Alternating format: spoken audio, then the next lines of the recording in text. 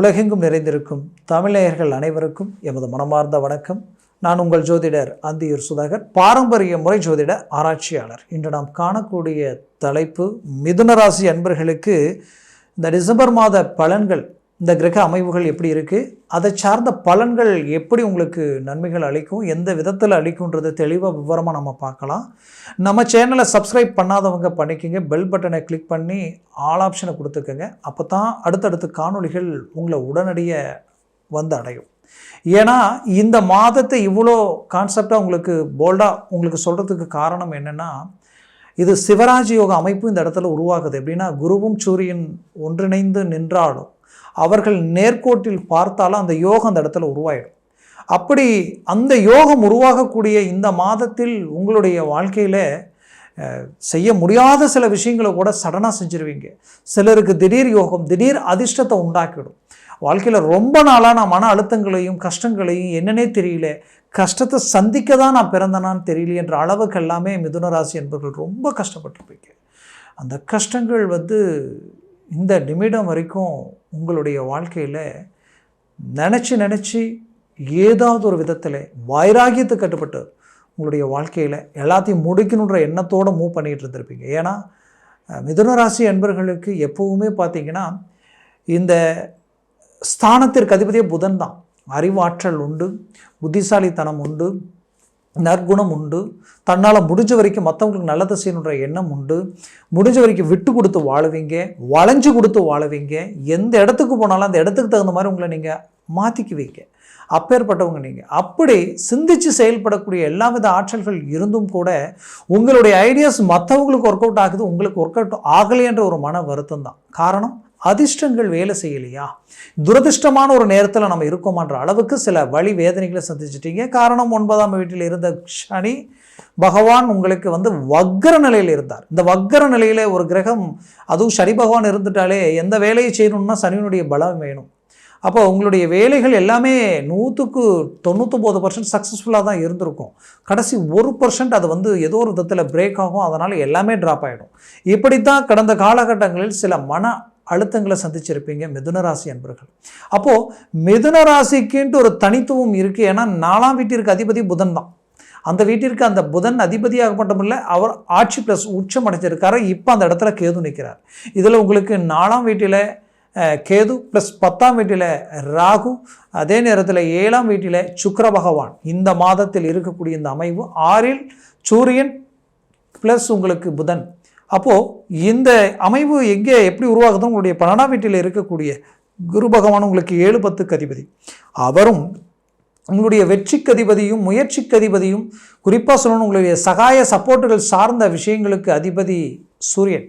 இவர்கள் இருவரும் நேர்கோட்டில் ஒன்றோட ஒன்று மறைந்து, அதாவது இவர் 6ல் மறைஞ்சி அவர் 12ல் மறைஞ்சி டைரெக்டாக பார்க்குறாங்க. அப்போது இந்த இடத்துல என்ன உருவாகும்னா, ரொம்ப நாளாக தீராத கடனில் இருக்கிறேன், கட்ட முடியாத ஒரு சூழல், நான் கொடுத்த பணத்துக்கு நான் வட்டி கட்டிகிட்டு இருக்கேன், வாங்காத கடனுக்கு வட்டியை கட்டுற மாதிரி கட்டிக்கிட்டு இருக்கேன், இதிலிருந்து மீண்டு வர முடியுமா, என்னுடைய ப்ராப்பர்ட்டி இருக்குது, அது விற்றாதான் என் பிரச்சனை சால்வ் ஆகும், அந்த மாதிரியான ஒரு சூழல் இருந்திருப்பீங்க. இப்படி இந்த மாதிரியான சில இக்கட்டான ஒரு சூழல், முடியாத சில விஷயங்கள், ரொம்ப ஒரு பிரச்சனைகளில் மாட்டிகிட்டு இருக்கக்கூடிய ஒரு சிக்கல், தான் பெற்ற பிள்ளைகள் தன் பேச்சை மீறி அவங்க வாழ்க்கை ரீதியில் ஒரு முடிவு எடுத்துட்டாங்க, அந்த முடிவிலிருந்து மீண்டு வெளியில் வருவாங்களா, இல்லை நான் அந்த பிள்ளை எடுத்த முடிவு அந்த வாழ்க்கை சரியில்லை, இப்போ அந்த வாழ்க்கை மீண்டும் சேர்ந்து வாழ முடியுமா, இல்லை பிரியக்கூடிய நிலைமையா, இப்படி சில இக்கட்டான குழப்பங்கள் இருக்கு இல்லைங்களா. இந்த மாதிரியான குழப்பங்களுக்கு ஒரு நிரந்தர தீர்வு, தொழில் ரீதியில் அரசு சார்ந்த பாதிப்புகள், சட்ட ரீதியில் சில பாதிப்புகள் இருக்கும், இல்லைனா உங்களுடைய பார்ட்னர்ஷிப்பால் சில துரோகங்கள் இருந்திருக்கும். இந்த மாதிரியான ஒரு சிக்கல்களில் சரி செய்யக்கூடிய ஒரு காலம்தான் இந்த சிவராஜ யோக அமைப்பு. மறைமுகமான இடத்துல இருந்து மறைமுக பார்வை, இது எப்படின்னா எதிரியை வெல்லக்கூடிய ஒரு காலம் சொல்லலாம். இது அப்பேற்பட்ட ஒரு அமைவு. மொத்தத்தில் இந்த காலகட்டங்களில் உங்களுடைய முயற்சியை பலப்படுத்துங்க. குறிப்பாக டிசம்பர் மாதம் 1ஆம் தேதியிலிருந்து 15ஆம் தேதி வரைக்குமே இந்த அமைவு இருக்கும். அதற்கு அப்புறம் பார்த்தீங்கன்னா 16ஆம் தேதி தனுசு ராசிக்கு வந்துடுவார் சூரிய பகவான். அப்போ உங்களுக்கு 7ஆம் வீட்டில் சூரிய பகவான் 3ஆம் வீட்டிற்கு அதிபதி இருப்பார். அப்போது அந்த 15 நாட்களில் உங்களுடைய பேச்சும் உங்களுடைய செயலும் நீங்கள் எதை சார்ந்து போய் பேசுகிறீங்களோ அது உங்களுக்கு சக்ஸஸ் அளிக்கும். சிலருக்கு நீங்கள் ஒரு கனரக வாகனங்கள், ஒரு டிரான்ஸ்போர்ட் சம்மந்தப்பட்ட துறையில் இருந்திருப்பீங்க, இல்லைனா ஒரு ஜவுளி சார்ந்த துறையோ, இல்லை நீங்கள் பார்த்திங்கன்னா ஒரு குறிப்பாக சொல்லணுன்னா ஒரு ரியல் எஸ்டேட் சார்ந்த விஷயங்களிலோ, இந்த மாதிரியான ஒரு விஷயத்தில் போய் நீங்கள் ஒன்று செய்து, இப்போது டிரான்ஸ்போர்ட் சம்மந்தப்பட்ட ரீதியில் இருக்கிறவங்க ஒரு வண்டி வாகனங்கள் சார்ந்த ரீதியில் ஒரு ஆக்சிடெண்ட்டோ ஒரு பிரச்சனையோ சந்தித்து அதனால் கோர்ட்டு கேஸு ப்ராப்ளம், டிரைவர் செஞ்ச தப்பால் இந்த மாதிரியான ஒரு சூழ்நிலை உருவாயிடுச்சு. அதே போல் நீங்கள் ஒரு ரியல் எஸ்டேட்டில் போய் ஒரு பெரிய லெவலில் இன்வெஸ்ட்மெண்ட் பணம் போட்டு அது டாக்குமெண்ட் ரீதியில் பெரிய சிக்கலில் போய் நிற்குது, இந்த அமௌண்ட் வெளியில் வர முடியல, இந்த சட்ட ரீதியில் இருக்கக்கூடிய வழக்கு சம்மந்தப்பட்ட பிரச்சனைகள் தீரல, இல்லை லைஃப்பில் டைவர்ஸ் சார்ந்த பிரச்சனை, திருமண வாழ்க்கை வாழ்கிறதுக்குண்டான வழியும் கிடைக்கல, பிரியறதுக்குண்டான வாய்ப்பு அமையல, இப்படி ஏதாவது ஒரு விதத்தில் குழப்பத்தில் இருக்கிறவங்களுக்கு இந்த காலகட்டங்களில் அதற்கு ஒரு நல்ல தீர்வுகள் கிடைக்கும். உங்கள் மனபாரங்கள் நீங்கும், ஒரு நல்ல வளர்ச்சி அடையக்கூடிய ஒரு காலமாக இது இருக்கும். குறிப்பாக தொழிலில் இருக்கக்கூடிய பிரச்சனைகள் தீர்ந்து உங்கள் தொழில் நல்ல ஒரு ரன் ஆகக்கூடிய ஒரு காலகட்டமாக இது இருக்கக்கூடிய ஒரு தருணமாக இருக்கும். குறிப்பாக வேலையில் அரசு உத்தியோக ரீதியில் திடீர் ப்ரமோஷன் கிடைக்க வாய்ப்பு இருக்குது. அரசியல் துறையில் இருக்கிறவங்களுக்கு ஒரு மாபெரும் மாற்றங்கள் உங்களுக்கு உண்டாகும். உங்களுக்கு ஒரு நேம், உங்களுக்குன்ட்டு ஒரு முத்திரையை பதிக்கக்கூடிய ஒரு காலமாக இது இருக்கும். இதில் பர்மனெண்டட் ஆக முடியாமல் டெம்பரவரியாக ஒரு வேலையில் இருக்கிறீங்கன்னா கம்பல்சரி பர்மனெண்ட் ஆகக்கூடிய ஒரு காலகட்டமாக இது இருக்கும். ஆக குடும்ப ரீதியில் இருக்கக்கூடிய பிரச்சனைகளை சரி செய்யக்கூடிய ஒரு காலமாக மிதுனராசி அன்பர்களுக்கு இந்த தருணத்தில் இருக்க போகுது. 100% உங்கள் முயற்சியை பலப்படுத்தினால் 100% சக்ஸஸ் அடையக்கூடிய ஒரு காலமாக இது இருக்கும். அதுலேயும் சுபகாரியம், சுப விஷயங்களை உண்டாகக்கூடிய ஒரு தருணமாக இது இருக்கும்.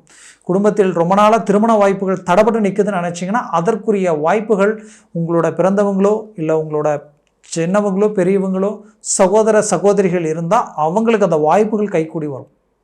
அதே சமயம் உங்களுக்கு பார்த்திங்கன்னா வீடு வாங்கக்கூடிய அமைவுகள் உண்டாக்கக்கூடிய ஒரு தருணமாக இது இருக்கும். ஏன்னா இந்த இடத்துல பார்த்திங்கன்னா உங்களுக்கு குரு பார்வை விழக்கூடிய இடம் அப்படின்னு பார்த்தீங்கன்னா உங்களுடைய 4ஆம் வீட்டில் விழுது. 4ஆம் வீட்டில் குரு பார்வை விழுந்தாலே குடும்பத்தில் வண்டி வாகனங்கள் வாங்கக்கூடிய அமைவுகள் உருவாகும். இல்லைன்னா வீடு கட்டக்கூடிய யோகமோ வீடு வாங்கக்கூடிய அமைவோ உண்டாகும். இல்லைன்னா பூமி சார்ந்த விஷயங்களை உண்டாக்குவீங்க. குறிப்பாக சிலருக்கு தங்க நகை ஆபரணங்களுக்குரிய ஒரு சிலருக்கு அந்த வாய்ப்புகள் கிடைக்கிறதுக்கு உண்டான அமைப்புகளும் உண்டு. அது உங்களுடைய திசா புத்தியை பொறுத்து தான். அப்போது மிதுனராசி அன்பர்களுக்கு இத்தனை நாளாக பட்ட கஷ்டத்துக்கு உண்டான பலன் கிடைக்கக்கூடிய ஒரு தருணமாக இது இருக்கும். இதில் உங்களுடைய 12ஆம் வீட்டில் குரு இருக்கிறாரு. அப்போது அவர் வக்ர நிலையில் இருக்கார். அப்போ கண்டிப்பாக வெளிநாடு வாய்ப்பு உங்களுக்கு இருக்குது. வெளிநாடு சார்ந்த விஷயங்களுக்கு உண்டான முயற்சிகள் எடுத்து தடைப்பட்டு போச்சுங்க. கட்ட பணம் கூட எனக்கு கை வராத அளவுக்கு பாதிப்புகளை சந்திச்சுட்டு இருக்கேன், என்ன செய்ய போகிறதுன்னு தெரியல அப்படின்ற குழப்பத்தில் இருந்தீங்கன்னா கண்டிப்பாக அதற்குரிய ஒரு நல்ல மேன்மைக்குரிய ஒரு காலம்தான் இது. இதில் குறிப்பாக சொல்லணும்னா உங்களுக்கு உங்களுடைய அந்த குரு பார்வையும் சரி, அந்த குரு பார்வை அஷ்டமஸ்தானத்திலையும் சத்துருஸ்தானத்திலையும் விழுறதுனாலையும் சரி, உங்களுடைய வாழ்க்கையில் இருக்கக்கூடிய ஆரோக்கிய ரீதியில் இருக்கக்கூடிய சிக்கல்கள் இந்த நேரத்தில் நீங்கிடும். சிலருக்கு இந்த முட்டி ப்ளஸ் பாதம், அந்த குதிகால் வரைக்குமே அந்த வலி, சிலருக்கு அது இடுப்பு வரைக்கும் இருக்கும் அந்த பிரச்சனை. இந்த பிரச்சனை ரொம்ப நாளாக நீங்கள் என்ன பண்ணாலும் ஒரு கிளாரிட்டி கிடைச்சிருக்காது. கண்டிப்பாக அந்த பிரச்சனையிலிருந்து மீண்டு வெளியில் வரக்கூடிய ஒரு தருணமாக இது இருக்கும். இன்னும் சிலருக்கு கடந்த காலகட்டங்களில் சனி வக்ர நிலையில் இருக்கிறதுனால ஆப்ரேஷன், அறுவை சிகிச்சை சார்ந்த பிரச்சனைகளுக்கு ஆளாகக்கூடிய ஒரு சூழ்நிலைகள் இருந்திருக்கும். அது எல்லாத்திலிருந்து முழுமையாக நீங்கள் ரிலீஃப் ஆகி ஆரோக்கியத்தில் ஒரு நல்ல கிளாரிட்டி கிடைக்கக்கூடிய ஒரு தருணமாக இது இருக்கும். மொத்தத்தில் மிதுன ராசி அன்பர்களுக்கு உண்டான ஒரு தகுந்த ஒரு காலம். இந்த காலகட்டங்களில் நீங்கள் எடுக்கிற முயற்சிகளை சக்ஸஸ்ஃபுல் அடைவீங்க. வெளிநாட்டில் இருக்கக்கூடியவங்க தனது முயற்சியால் உழைப்பாளிகளாக இருந்து தனக்குன்ட்டு ஒரு நல்ல இலக்கை அடைஞ்சி ஒரு நல்ல ஒரு அருமையான அமைப்பில் உண்டாகிற நேரத்தில் சில தேவையில்லாத மன அழுத்தங்களும் குழப்பங்களும் உங்களுடைய தொழில் வேலை சார்ந்த ரீதியில் இருக்கக்கூடிய வேகம் அப்படியே குறைஞ்சி என்னன்னே தெரியல, என்ன பண்ண போகிறோன்னே தெரியல என்ற குழப்பங்கள் உருவாகக்கூடிய நிலைகளை சந்திச்சிருப்பீங்க. கண்டிப்பாக அந்த பிரச்சனைகளிலிருந்து அழகாக மீண்டு வெளியில் வர போகிறீங்க. ஒரு நல்ல வளர்ச்சியை அடைய போகிறீங்க. அதுவும் இந்த குருவும் சூரியனுடைய சிவராஜ யோக அமைப்பு திடீர் டேர்னிங்கை உண்டாக்கிடும். மற்றவங்க செய்த தவறுகளுக்கு நீங்கள் பாதிக்கக்கூடிய நிலைகள் எல்லாமே கடந்த காலகட்டங்களில் சந்திச்சிருப்பீங்க. இந்த சனி வக்கரனையால் அந்த பிரச்சனையிலிருந்து மீண்டு வெளியில் வரக்கூடிய ஒரு தருணமாக இது இருக்க போகுது. கணவன் மனைவிக்குள்ளே இருக்கக்கூடிய மிஸ் அண்டர்ஸ்டாண்டிங் நீங்கி ஒரு நல்ல ஒற்றுமை சேர்ந்து வாழக்கூடிய ஒரு தருணமாக இருக்கும். சில டைவர்ஸ் வரைக்கும் போகக்கூடிய நிலைமையெல்லாம் இருந்திருக்கும். அதெல்லாமே உங்களுக்கு சரியாகிடும். கவலைகள் வேண்டாம். குடும்பத்தில் இருக்கக்கூடிய குடும்பத்தை சார்ந்தவங்க, உங்களுடைய நட்பு ரீதியில் உங்களுக்கு சார்ந்தவங்க ரொம்ப அருமையான நட்பு, பட் அது இன்னைக்கு எனக்கு தேவையில்லாத மிஸ் அண்டர்ஸ்டாண்டிங், மீண்டும் ஒன்றிணையக்கூடிய வாய்ப்புகள் கிடைக்குமான்ற குழப்பத்தில் இருக்கக்கூடிய உங்களுக்கு கண்டிப்பாக இது எல்லாமே ஒரு கிளாரிட்டிக்கு வரக்கூடிய ஒரு தருணமாக தான் இது இருக்கும். முயற்சியை பலப்படுத்துங்க. ஒரு நல்ல மேன்மைகளை அடைய போகிறீங்க. நான் சொன்ன பலன்கள் எல்லாமே கோச்சார ரீதியில் சொல்லியிருக்கிறேன். ஜனன ஜாதகத்தில் திசா புத்திகளும் சர்வாஷ்ட வர்க்கத்தில் உங்களுடைய பலன்கள் எப்படி இருக்கோ அதை சார்ந்த பலன்கள் தான் உங்களுக்கு கிடைக்கும். ஏன்னா ஒரு நாளுக்கு மேலே 7 இருந்துட்டால் டாப் பொசிஷனில் வேலை செய்யும். அதனால் ஜாதகத்தை பார்த்து ஒரு முடிவு எடுங்க. அப்படி பார்க்கணுன்னு நினச்சிங்கன்னா கீழே இருக்கக்கூடிய காண்டாக்ட் நம்பருக்கு கால் பண்ணி முன்பதிவு செய்து வாட்ஸ்அப் மூலமாக உங்கள் ஜாதகத்தை அனுப்பி தெளிவாக விவரமாக கேட்டு தெரிஞ்சுக்கிங்க. அதை சார்ந்த முயற்சிகள் எடுத்திங்கன்னா ஒரு நல்ல ரிசல்ட் அடைவீங்க. ஏன் இது இவ்வளோ ஸ்ட்ராங்காக நான் சொல்கிறேன்னா, இப்போ உங்களுடைய ராசி மிதுன ராசியாக இருக்கும். ஆனால் உங்களுக்கு இப்போ கும்ப லக்னமாக இருந்ததுன்னா 100% சொல்கிறேன், வாழ்க்கையில் ஏன் பிறந்தோம், ஏன் வாழ்ந்தோம், நாம் யாருக்கு இந்த பாவம் செய்யலை, நமக்கு ஏன் இந்த நிலைமை அப்படின்ற அளவுக்கெல்லாம் மன அழுத்தங்களுக்கு ஆளாகியிருப்பீங்க.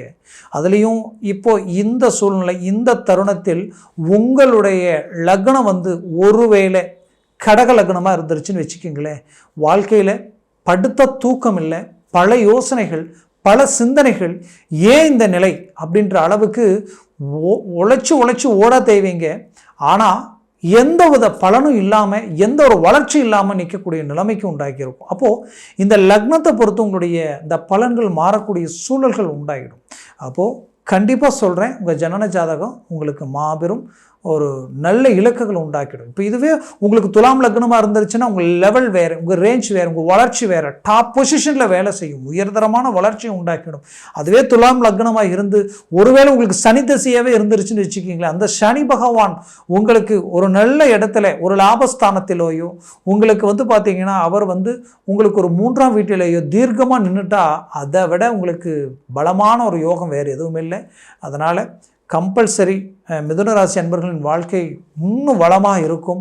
அதனால் உங்களுடைய முழுமையான பலன்களை தெரிஞ்சு எந்த ஒரு வேலைப்பாடுகளும் செய்யுங்க. அது மாபெரும் ஒரு மேன்மைகளை உண்டாக்கும். ஆக உங்களுடைய வாழ்க்கையை வளமாக அமைந்திட மனமார்ந்த வாழ்த்துக்கள். நன்றி, வணக்கம். மீண்டும் சந்திக்கலாம்.